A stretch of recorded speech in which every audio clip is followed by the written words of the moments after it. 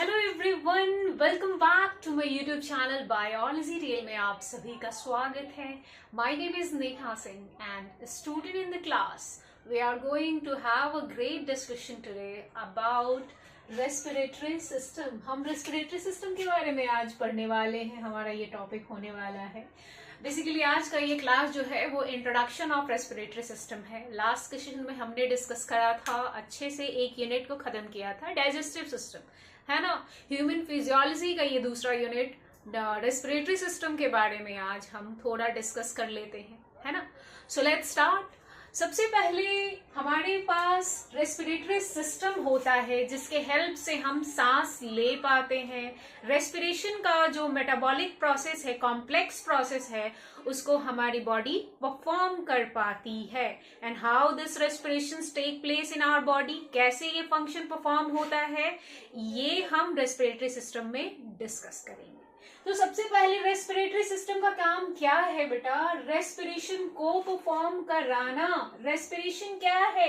एक complex metabolic process है जहां पे ग्लूकोज का ऑक्सीडेशन होता है ना, in the presence of oxygen, और that changes into ATP energy ATP के फॉर्म में स्टोर्ड होता है in our body. And ATP is also called energy currency of our body, है ना, जिससे हमारा कोई भी फंक्शन हम काम कर पाते हैं, है ना। हमारे बॉडी के जितने भी लाइफ प्रोसेसेस है, बॉडी के जो जॉब रोल्स हैं, है ना, चाहे वो हार्ट 24/7 पंप कर रहा होता है, ब्रेन को कांस्टेंट ऑक्सीजन का सप्लाई देना जरूरी होता है ना, हर एक सेल्स को ऑक्सीजन की रिक्वायरमेंट होती है। तो ये सारा काम कहाँ से परफॉर्म हो रहा होता है?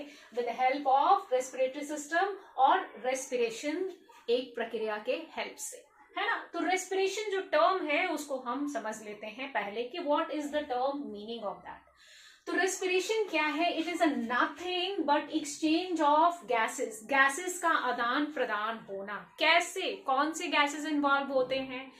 तो रेस्पिरेशन में क्या होता है कि गैसेस का एक्सचेंज होता है। O2 यानी ऑक्सीजन रिच एयर, जिसे ऑक्सीजनेटेड एयर बोलते हैं, उसको हम लोग एटमॉस्फेयर से लेते हैं। ये क्या किया हमने? ऑक्सीजन को अपने लंग्स के अंदर फील करा, है ना, ऑक्सीजन को ले लिया एटमॉस्फेयर से। अब क्या है, CO2 को क्या कर देंगे? सेम हम लोग एटमॉस्फेयर में छोड़ देंगे, एक्सपेल कर देंगे। CO2 कहाँ प्रोड्यूस हो रहा है? सेल्स में हो रहा है, टिश्यूज में हो रहा है ना। So that is called breathing as well, and it is also known as respiration. अब हम बात कर लेते हैं कि ब्रीदिंग। तो ब्रीदिंग जो है वो दो टाइप का होता है, एक इनहेलेशन और दूसरा एक्सहेलेशंस। इनहेलेशंस में क्या है? इनहेलेशंस में होता है entry of oxygen rich air. In का मतलब ही होता है कि जो गैसेस है, ऑक्सीजन जो है वो हमारे लंग्स के अंदर फील होगी, दैट इज कॉल्ड इनहेलेशन। और एक्सहेलेशन में क्या होगा? रिमूवल ऑफ CO2 या फिर expel of CO2 into the atmosphere. हमारे पास नोज है and we have 2 opening, that is called nostrils. Nostrils से हम ऑक्सीजन रिच एयर को लंग्स के अंदर भरते हैं, और जो कार्बन डाइऑक्साइड रिच एयर है उसको क्या कर दिया?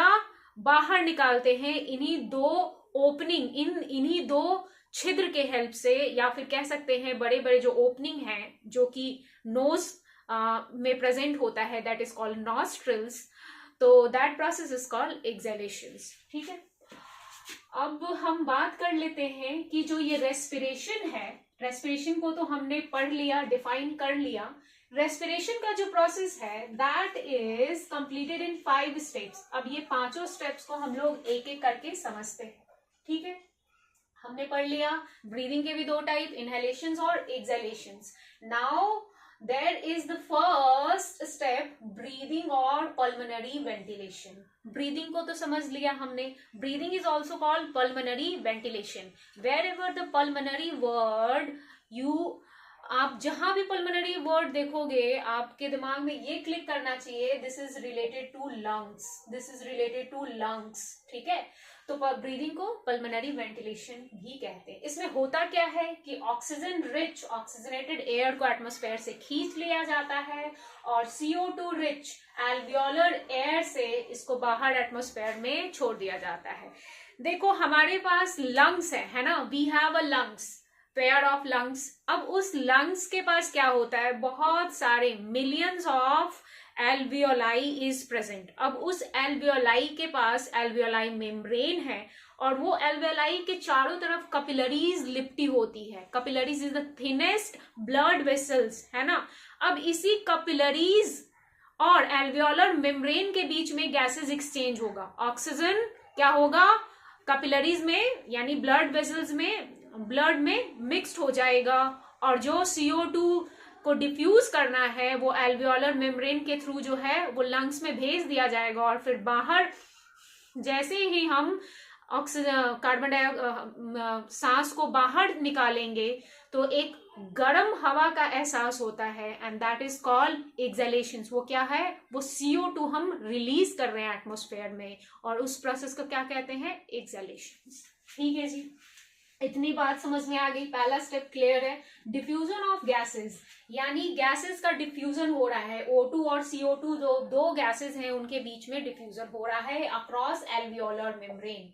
एल्वियोलाई के पास एल्वियोलर मेम्ब्रेन होता है, एल्वियोलाई है, बलून का शेप में होता है। इसमें क्या होता है, हवा जब ये भर जाता है तो बलून की तरफ फूल जाता है, जब हवा निकलता है तो ये आपका लूज हो जाता है। तो इस तरीके से एल्वियोलाई में एयर इन करता है तो ये फील हो जाता है, बलून की तरफ फूल जाता है। जैसे ही हवा इससे बाहर निकलता है ये पिचक जाता है।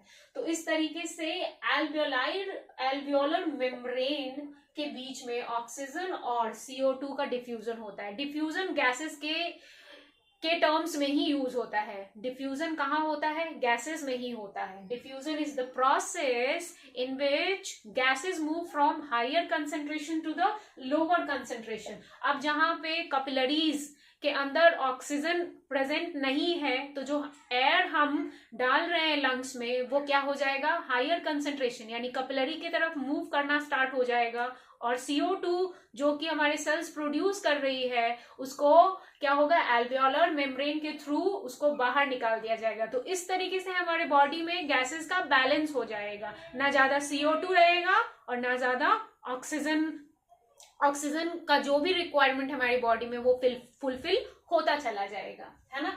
अब जो थर्ड स्टेप है that is the transport of gases of blood, यानी कहने का मतलब ये है कि जो ब्लड में जो गैसेस होता है उनका ट्रांसपोर्टेशन होता है। ऑक्सीजन की जहां रिक्वायरमेंट है वहां ऑक्सीजन भेज दिया गया और कार्बन डाइऑक्साइड को क्या कर दिया गया, ब्लड से निकाल के फिर इसको बाहर रिलीज कर दिया जाता है। अब ये जो प्रोसेस है that will be take a more classes to understand this. तो ये बस मैंने बता दिया है कि transportation of gases of blood में होता है।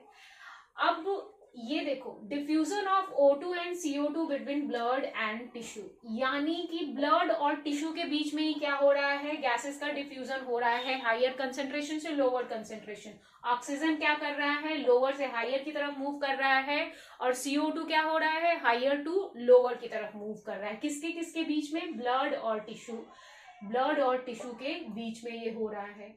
The last final step of respiration that is the utilization of oxygen, यानी ऑक्सीजन की यूटिलाइजेशन, यूजेज ऑफ ऑक्सीजन किया जाएगा in this catabolic reaction. There is the one turn, है ना, एक नया टर्न निकल के आया है that is called catabolic reaction. अब ये कैटाबॉलिक रिएक्शन होता क्या है, catabolic is a metabolic process जहां पे large complex molecule that changes into a smaller unit that is called catabolic reactions, जिसमें क्या है, ATP प्रोड्यूस होगा, है ना, और साथ में हीट भी प्रोड्यूस होगा और रिजल्टेंट प्रोडक्ट के तौर पे, वेस्ट प्रोडक्ट के तौर पे कार्बन डाइऑक्साइड और यूरिया को रिलीज कर दिया जाएगा बाहर, है ना। तो इस तरीके से क्या है, आपका 5 स्टेप्स में रेस्पिरेशन जो है वो प्रोसेस कंप्लीट होता है। I hope that these steps are clear to you, that respiration का जो स्टेप्स था हमने जो पढ़ा वो आपको क्लियर हो गया हो। एंड रेस्पिरेटरी सिस्टम अब जान लेते हैं। We have a respiratory system, है ना।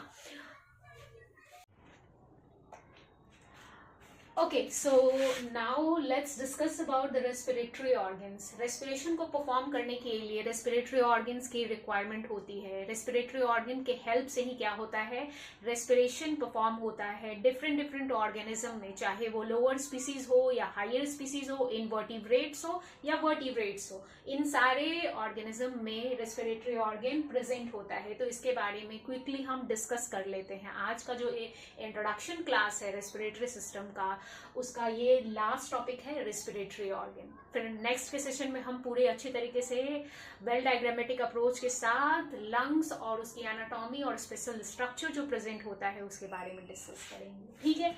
तो पहले हम लोअर स्पीसीज से स्टार्ट कर लेते हैं, then we will move to the higher species. Lower species में आपका स्पॉन्जेस है जो कि फाइलम पोरिफेरा जिसे कहते हैं। Then we have phylum Coelenterata, we have phylum Ctenophora, we have Platyhelminthes. Platyhelminthes is also called flatworm. Platy का मतलब ही होता है flat and helminthes is meaning worm.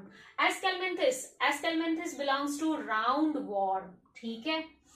तो ये स्पॉन्जेस सिलेंट्रेटा, टिनोफोरा और प्लेटीहेलमिन्थस, इनके बॉडी में रेस्पिरेशन की जो प्रक्रिया है वो जनरल बॉडी सर्फेसेस से होती है। कोई स्पेशल ऑर्गन प्रेजेंट नहीं होता है ना। उनकी बॉडी सर्फेस से ही, जनरल बॉडी सर्फेस से ही रेस्पिरेशन होता है। दे हैव मल्टीपल पोर्स और उसी पोर्ट से क्या होता है, एक गैसेस एक्सचेंज होता है, ऑक्सीजन अंदर जाता है और कार्बन डाइऑक्साइड बाहर निकाल दिया जाता है, ठीक है। क्योंकि ये सारे जो भी लोअर स्पीसीज हैं ये हाईली डेवलप्ड नहीं होते हैं, कॉम्प्लेक्स नहीं होते हैं, सिंपलर फॉर्म्स के होते हैं, इसीलिए इनके पास वेल डेवलप्ड सिस्टम नहीं होता, रेस्पिरेटरी सिस्टम नहीं होता, ठीक है।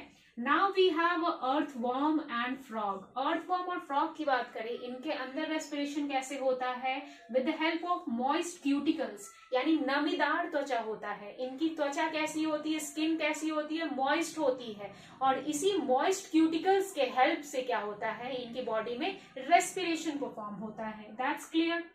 अब हम बात कर लेते हैं इंसेक्ट के बारे में। तो इंसेक्ट्स के अंदर ट्रैकियल ट्यूब होता है, यानी कोई एक ट्यूब है ना, एक स्ट्रक्चर प्रेजेंट है, that is called tracheal tube. और इसी ट्रैकियल ट्यूब में क्या होता है, ऑक्सीजन एटमॉस्फेयर से अंदर जा रही है और इसी ट्रैकियल ट्यूब से क्या हो रहा है, कार्बन डाइऑक्साइड रिलीज कर दिया जा रहा है एटमॉस्फेयर में। ये इंसेक्ट्स की बात हो रही है, चाहे वो बटरफ्लाई की बात कर लो, हाउस फ्लाई कह लो, या फिर जितने भी स्पीसीज इंसेक्ट्स में आते हैं उनके अंदर ट्रैकियल ट्यूब से क्या होगा, रेस्पिरेशन की प्रक्रिया होगी। Now let's talk about aquatic arthropod, mollusc and fishes.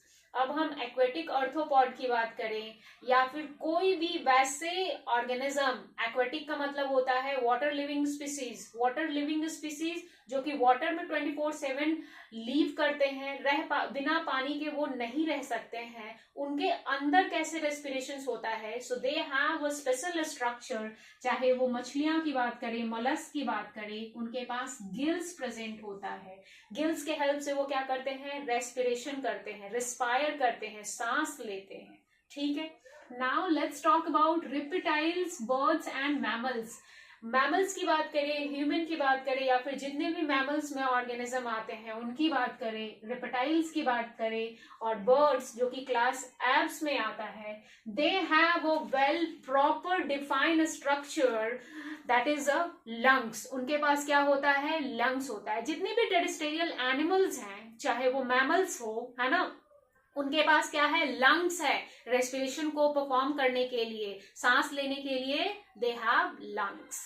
So that's all for the today's class. आज के सेशन में हमने सिर्फ बेसिक्स इंट्रोडक्शन पढ़ा है। नेक्स्ट के सेशन में होपफुली हम वेल डायग्रामेटिक अप्रोच के साथ पूरा अच्छे से रेस्पिरेशंस को पढ़ेंगे, कैसे रेस्पिरेशंस होता है, कैसे लंग्स में कौन कौन से स्पेशल स्ट्रक्चर प्रेजेंट है और उसके फंक्शन जानेंगे। So that's it for the today's class. Let's meet in the next session. Till then, bye bye, take care, have a nice day.